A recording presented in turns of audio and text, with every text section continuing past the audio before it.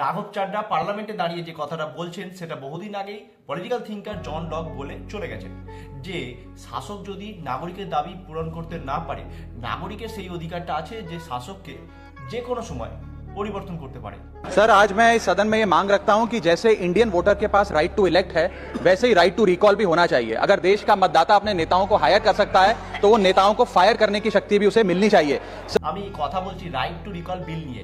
এমন একটি গণতান্ত্রিক ক্ষমতা যার মাধ্যমে সাধারণ ভোটাররা তাদের নির্বাচিত প্রতিনিধিদেরকে মানে এমএলএ বা এমপিদেরকে নির্দিষ্ট সময় বা মেয়াদ শেষ হওয়ার আগেই অপসারণ করাতে পারেন। কিভাবে?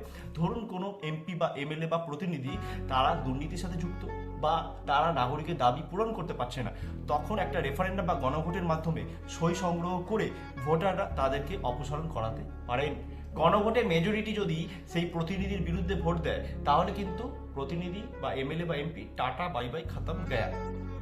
পৃথিবীর বেশ কিছু দেশ যেমন সুইজারল্যান্ড, মার্কিন যুক্তরাষ্ট্রে এই ব্যবস্থা চালু আছে, রাইট টু রিকল ব্যবস্থা চালু আছে।